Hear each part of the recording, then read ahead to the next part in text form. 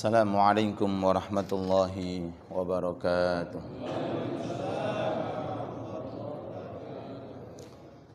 Alhamdulillah wassalatu wassalamu ala Rasulillah wa ala alihi wa sahbihi wa man walah.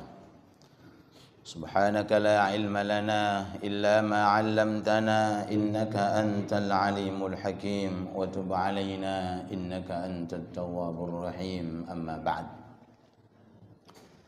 Hadratal muhtaramin, para alim ulama, sepuh bini sepuh, seluruh jajaran takmir Masjid Musalla, terkhusus kepada takmir Masjid Babus Salam, panjenenganipun Yai Rafiq, panjenenganipun Abah Hasan, dan seluruh takmir Masjid Babus Salam dan segenap para jamaah sekalian yang senantiasa mudah-mudahan mendapatkan rahmat dari Allah Subhanahu wa taala. Hadirin hadirat yang dirahmati Allah, sebelum kita melanjutkan kajian kitab Al-Hikam, di antara asbab yang akan mempermudah seseorang itu mendapatkan rahmat dari Allah inggih menika memperbanyak membaca salawat dan salam kepada Nabi Muhammad sallallahu alaihi wasallam.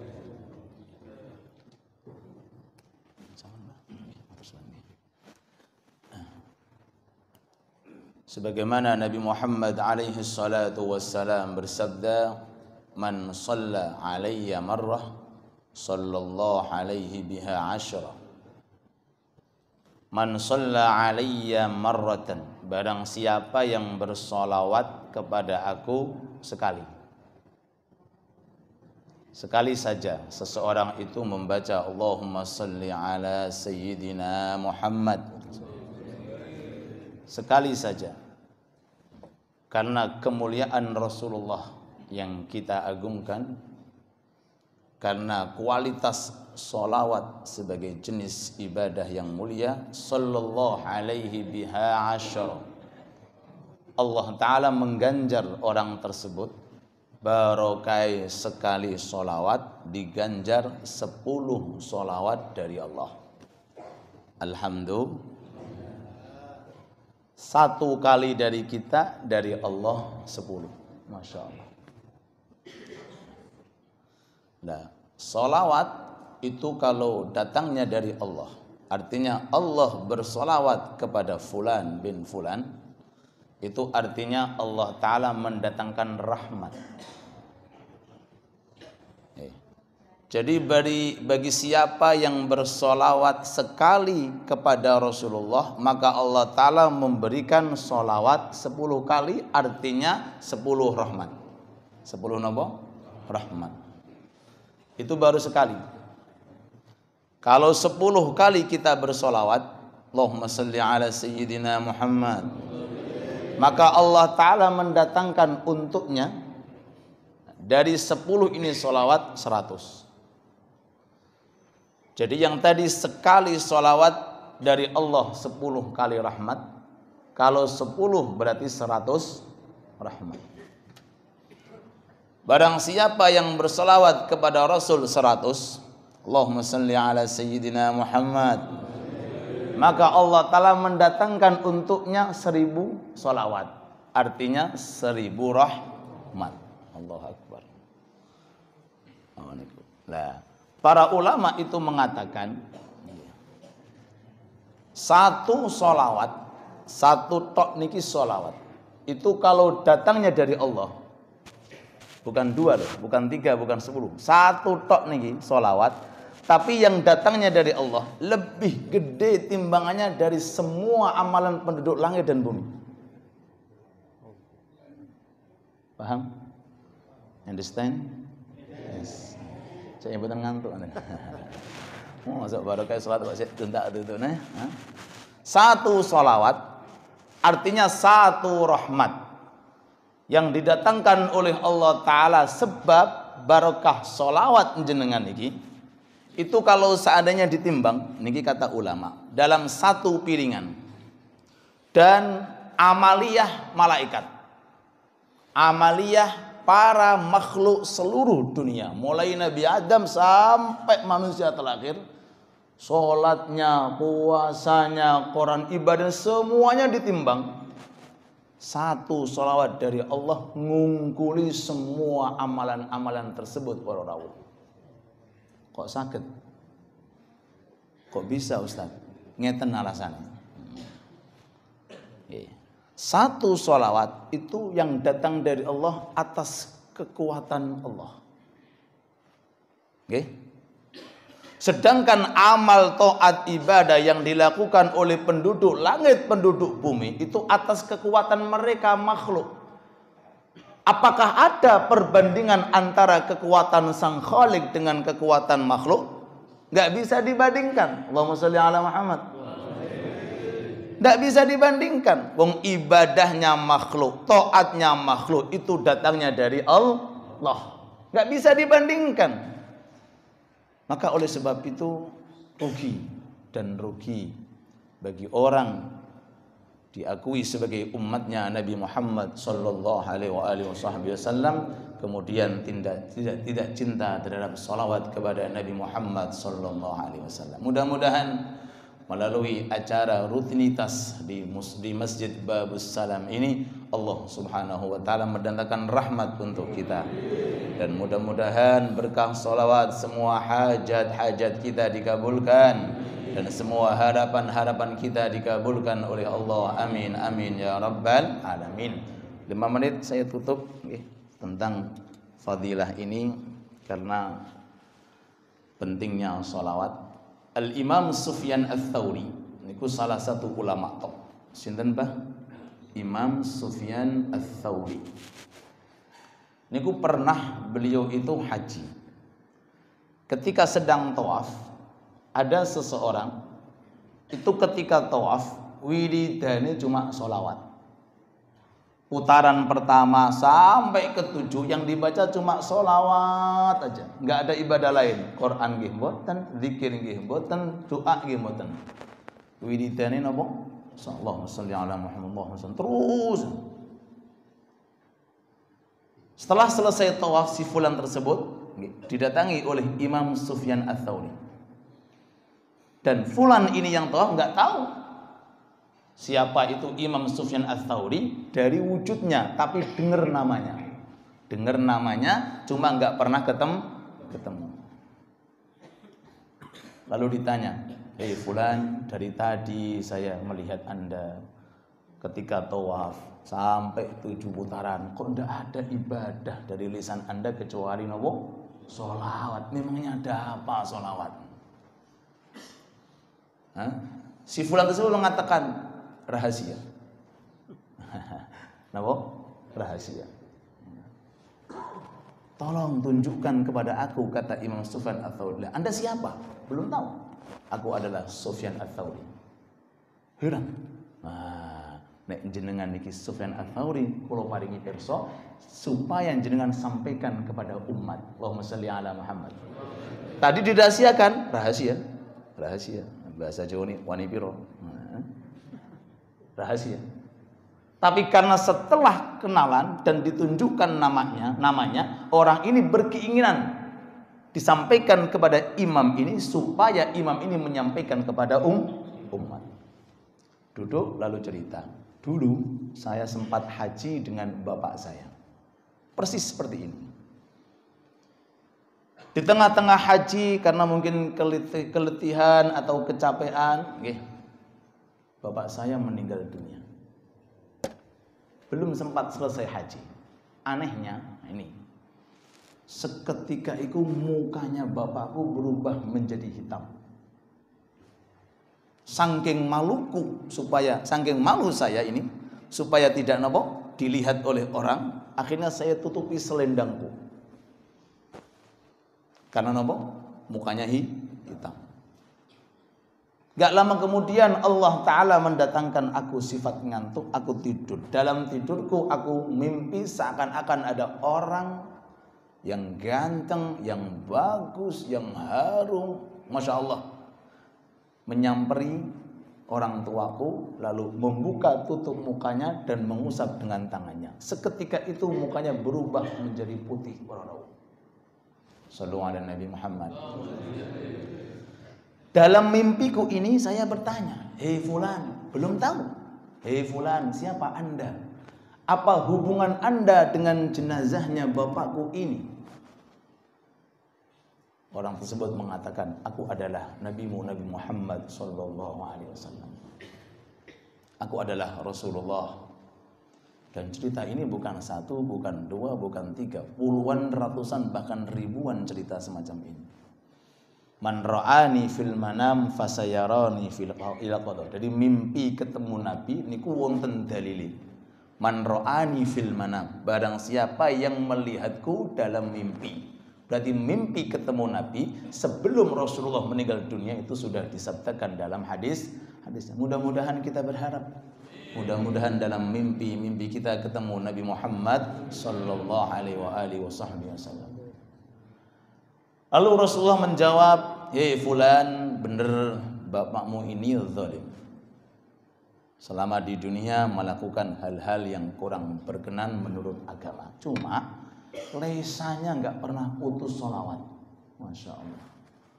Lesanya nggak pernah putus sholawat. Selalu terus sholawat. Allah Subhanahu tabaraka wa ta'ala menjanjikan kepada umat ini, barang siapa yang memperbanyak sholawat, maka sebelum di akhirat aku akan datang untuk memberikan suatu pertolongan. Akhirnya apa?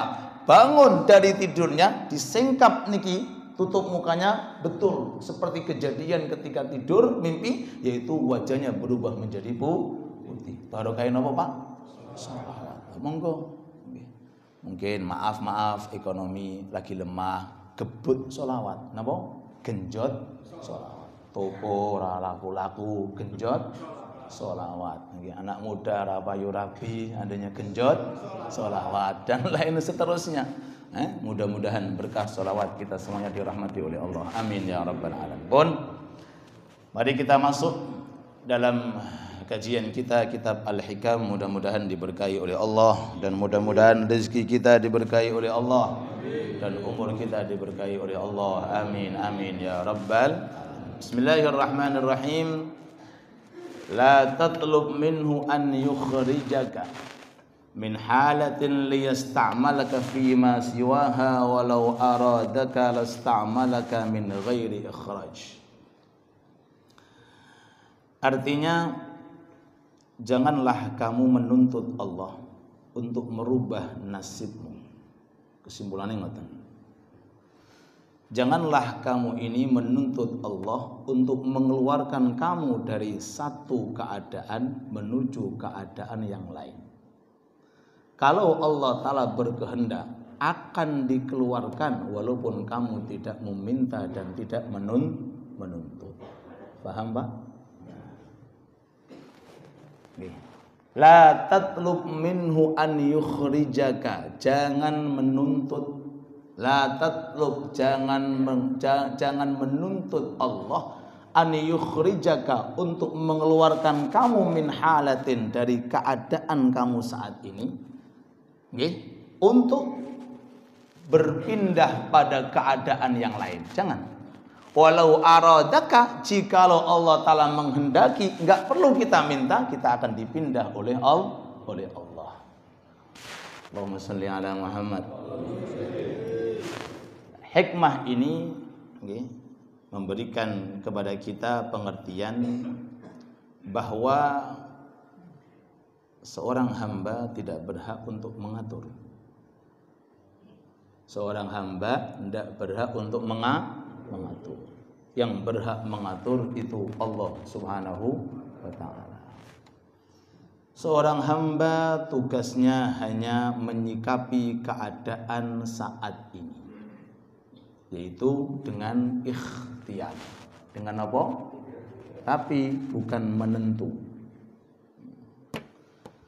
Yang memiliki ikhtiar menciptakan Allah, yang mendatangkan hasil dari ikhtiar Allah, yang menentukan Allah, yang menciptakan Allah Subhanahu wa ta'ala. Kalau kita ingin memisalkan perumpamaan pohon kelapa. Pohon kelapa. Kalau buah, berapa biji itu buahnya? 10, 15. Apakah dalamnya isinya sama? Nah, tidak sama. Bukan sama nggih? Nah, begitu pula hambanya Allah Ta'ala, berbeda-beda.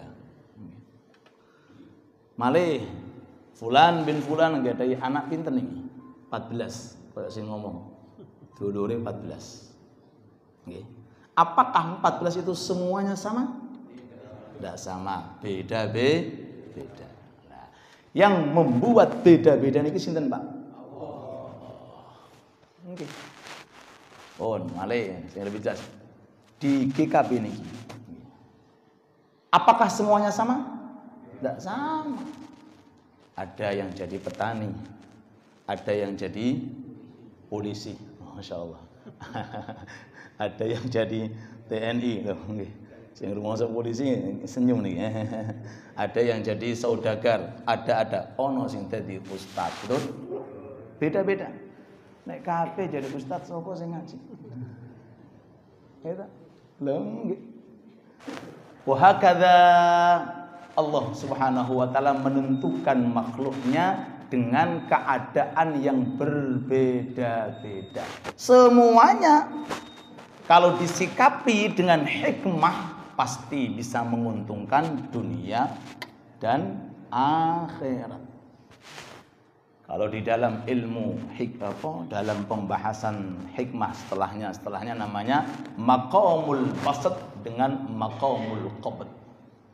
Maqamul basat itu orang dikasih oleh Allah Ta'ala gemah ripah loh jinawi urusan rezekinya lancar banget. Wonten malih naminipun maqamul qabd. Allah Subhanahu wa ta'ala tidak memberikan kelancaran rezeki alias diberikan oleh Allah Ta'ala ujian di dalam urusan ekonomi. Sedangkan menurut Allah saya, bukan menurut kita. Loh, ini penting. Inna akramakum indallahi, sesungguhnya orang yang paling mulia indallah, di sisi Allah ini, bukan di sisi manusia. Atqakum, orang yang paling takwa. Sing sugih nek takwa nggih sae, sing dereng sugih nek takwa nggih sae. Berarti kedua-duanya sae menurut Allah. Allahumma sholli ala Muhammad. Dari sini keterangan para rawuh, makhluk sing paling utama, paling mulia, paling berkualitas, paling agung sinten para rawuh? Nabi kita Muhammad sallallahu alaihi wasallam. Ini nabi, rasul di atas malaikat, di atas para nabi, para rasul, di atas manusia seluruh alam. Lihat ketika beliau hidup, ketika di kota Mekah, ketika di kota Madinah dengan umur 63 tahun. Pernah jenengan dengar berapa hektar tanah Rasulullah? Pernah? Betul pernah wonten keterangan. Berapa kendaraan Rasulullah? Enggak ada. Rumahnya kira-kira berapa lebar kali berapa? Enggak ada. Nggih. Loh, enggak ada. Oke, sampai pernah Siti Aisyah radhiyallahu anha itu meriwayatkan, kami para istri Rasulullah itu pernah 3 bulan enggak makan. kecuali air dan kurma. Ibu-ibu pernah ngalami ngeten iki? Ora pernah. Alhamdulillah nggih. Alhamdulillah. Mudah-mudahan berkah. Loh. Niki Masya Allah perempuan sing paling afdol, sing paling utama. Sampai dunia nggak ada orang sehebat, seafdal melebihi daripada istri beliau Nabi Muhammad sallallahu alaihi wasallam. Dan dari kalangan laki-laki nggih mboten wonten sing paling utama melebihi Nabi Muhammad sallallahu alaihi wasallam. Berapa hari? Berapa minggu? 3 bulan. Lam ajid li aw lam najid lana fi buyutina ma natbah. Dalam rumah-rumah kami itu enggak ada sesuatu yang mau dimasak. Air enggak perlu dimasak, kurma enggak perlu masa kurma digodok, Pak? Enggak ada. Loh. Al-aswadain bahasanya, 2 kehitaman, air dan kurma. Itu makanan Rasulullah dengan istri Rasulullah selama pinten? Apakah mengurangi martabat beliau dengan istrinya di hadapan Allah Subhanahu wa taala? Mboten, justru tambah meningkat, meningkat. Sampai Jibril kasihan. Jibril sendiri itu di atas itu nyawang Rasulullah kok ngoten kasihan. Turun matur datang Rasulullah, "Ya Rasulullah, nek jenengan ngersakake gunung-gunung niki lho dados emas." Napa? Gunung-gunung dados emas. Allah memberikan wahyu kepada saya, kata malaikat Jibril, untuk menginformasikan kepada Anda niki nyuwun nopo kali Allah. Kalau Anda meminta saat ini, gunung-gunung akan mendampingi Anda dimanapun Anda berada, akan siap untuk menjadi emas. Dong, Rasulullah itu mukjizatnya segala-galanya wonten. Sebelum saya lanjutkan, kalau di zaman Nabi Ibrahim itu menghancurkan berhala apa? Milik Raja Namrud itu menggunakan kapak. Pakai kapak. Nah, di zaman Nabi Muhammad cuma pakai pelepah kurma, didudul tok dul ajur dhewe, Pak. Wa qul ja'al haqq wa zahaqal batil innal batila kana 360 berhala cuma diisyarai ngeten Pak, tek kali tongkatnya Rasulullah belum kena itu sudah hancur dengan sendirinya. Niku Rasulullah. Kalau Nabi Musa alaihi salatu wassalam ketika dikejar oleh Fir'aun sampai ke tepi laut itu memukulkan tongkatnya 12 jalan sesuai dengan kelompoknya Nabi Musa 12 kelompok. Di sebelah ngaten dil fanfalaqal bahr fakana taudan fakana kataudil azim. Nabi Muhammad mboten laut, Pak. Rembulan dibelah jadi 2, Pak. Allahumma shalli ala Muhammad. Rembulan dibelah jadi 2. Kalau di zaman Nabi Musa yang menyaksikan hanya umatnya Nabi Musa, tapi kalau rembulan dibelah, sinten sing nyaksikan? Seluruh manusia melihat tugel dados sekali, Pak. Tugel dados sekali. Atas napa? Permintaan orang-orang kafir. "Hei Muhammad, saya mau iman, kamu iman dengan syarat tugelen bulan." Kurang ajar. Rasulullah bisa, siap, yang penting kamu iman, ditugel Pak Rasulullah. Doa seketika itu membelah 2, tapi karena kufur, dia tetap bukan iman, Pak. Mengatakan ini sihirnya Muhammad. Naudzubillah tsumma naudzu. Kalau duduake niki Nabi kita Nabi Muhammad sallallahu alaihi wasallam. Nah, kehidupan di dunia, subhanallah, kendaraan enggak punya, sawah enggak punya, rumahnya pun juga boten mewah, kehidupannya biasa. Sampai Nabi Musa dengan tongkatnya. Tongkatnya Nabi Musa ini unik. Ya. Bisa jadi kendaraan. Jadi kalau ditumpahin miber deh. Nabi Musa pengen apa-apa tinggal dincetke berbuah dengan sendirinya. Niku tongkatnya, Pak. Cuma digoleki ono apa ora saya kira. Niku tongkatnya ini. Itu dipukulkan ke batu. Del muncrat air, Pak. Sumber air seketika itu. Nabi Muhammad bukan pakai tongkat, jari-jarinya keluar air, Pak. Allahumma sholli ala Muhammad. Salah satu keadaan ketika Rasulullah niku keluar dengan para sahabat di perjalanan nih, kehausan, kehabisan air. Sampai napa niku onta niku disembeli bukan untuk dagingnya, untuk air yang berada di dalam perut onta. Kan ngoten onta niku. Jadi punya bahasanya punya penyimpanan air. Niku disembeli bukan karena dagingnya, Pak, tapi karena apa? Karena air yang ada di dalam perutnya. Sudah mentok niki para sahabat langsung matur, ya Rasulullah, kami tidak ada tempat untuk, kami tidak ada air untuk mandi, untuk wudu. Kurang lebih 1.500 orang. Kata Rasulullah, kamu punya air atau sedikit? Ada ya Rasulullah. Bismillah. Tangannya Rasulullah diletakkan di dalam, niku langsung mancur air. Cukup digunakan mandi, wudu, minum 1.500 tiang, Pak. Allahumma sholli ala Muhammad. Kata sahabat Anas, saya lihat dari selah-selah Rasulullah niku air bercucuran. Sehingga dalam ulama ahli fikih dikatakan air yang paling afdol bukan air yang ada di Kautsar surga, bukan air yang ada di kota Mekah Zamzam, tapi air yang keluar dari sela-sela tangan jari-jari Nabi Muhammad sallallahu alaihi wasallam. Mukjizatnya Rasulullah semacam itu, tapi urusan tentang dunia, urusannya ngoten niku, Pak. Sampai malaikat Jibril datang, minta apa ya Rasulullah? Ngomong, minta nopo jenengan? Apa kata Rasulullah? Ndak Jibril, inni la aju'u yauman wa ashba'u yauman. Enggak apa-apa Jibril, aku pengen kadang-kadang lapar, kadang-kadang kenyang. Kalau kita akan kenyang terus, Pak. Apalagi sing ngomong nih, Masya Allah. Kenyang tiap malam kenyang ya, Masya Allah. Ngojek ngaji, alhamdulillah, mudah-mudahan berkah gitu. Niku jawaban Rasulullah ditawari kali malaikat Jibril. Minta apa ya Rasulullah? Minta, ngomong ya Rasulullah. Enggak Jibril, enggak. Inni la aju'u yang aku pengen kadang-kadang lapar. Wa asba'u kadang-kadang kenyang. Ketika aku lapar, ingat umatku ketika lapar sehingga aku bisa bersabar.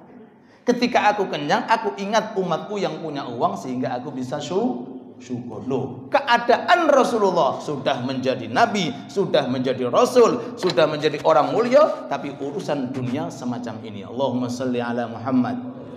Kita kembali. Keadaan yang paling afdol untuk kula kalian panjenengan nggih niki keadaan panjenengan.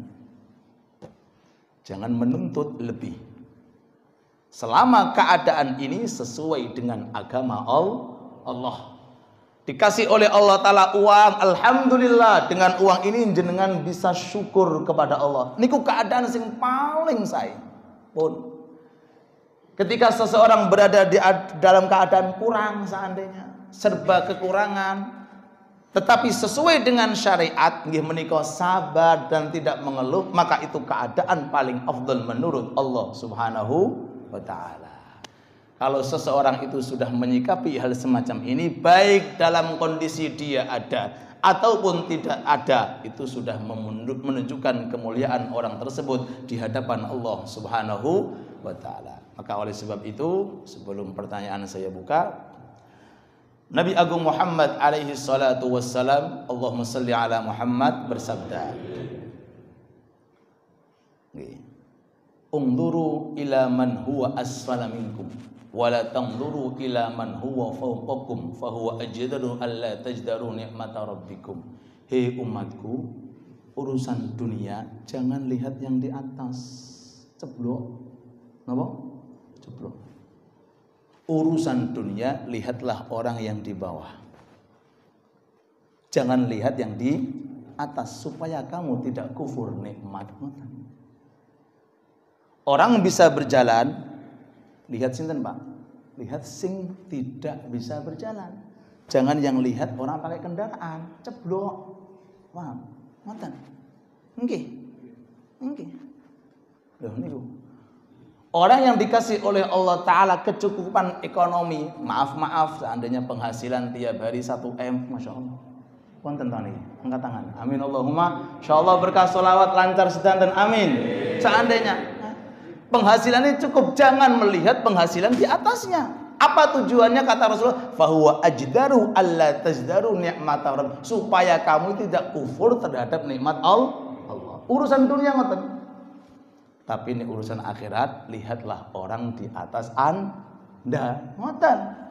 Untuk urusan akhirat, untuk urusan agama, untuk urusan taat, jangan pandang di bawahnya, tapi pandanglah yang di atas, supaya kita semangat terus-menerus untuk mengerjakan taat di sisi Allah Subhanahu wa taala. Paham nggih para rawuh insyaallah?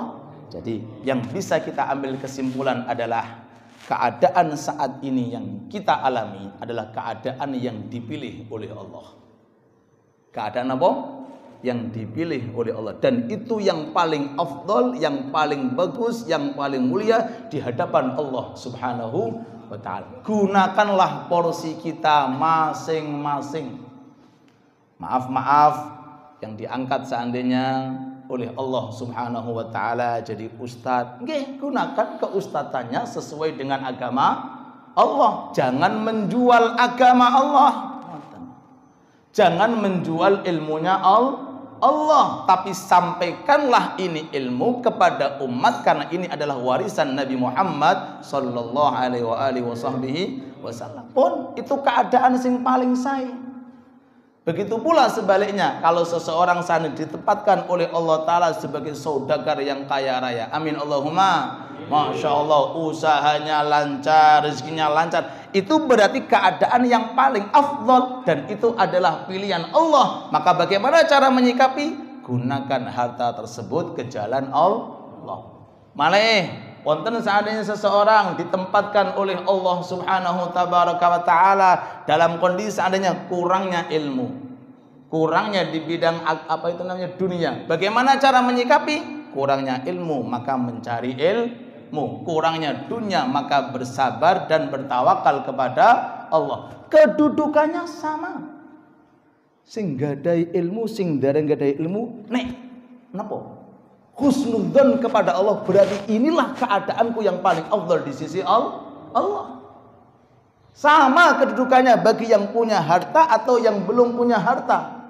Selama orang itu menyikapi inilah pilihan yang terbaik kepada Allah Subhanahu wa ta'ala. Mudah-mudahan Allah Subhanahu wa ta'ala menjadikan kita orang-orang yang mulia di hadapan Allah, dan mudah-mudahan Allah meridhai kita insyaallah. Mudah-mudahan Allah ridho kepada kita dunia dan di akhirat, dan mudah-mudahan Allah Ta'ala menjadikan kita orang-orang yang mulia di hadapan Allah, dan semoga Allah menjadikan kita orang-orang yang meninggal dalam kondisi husnul khatimah.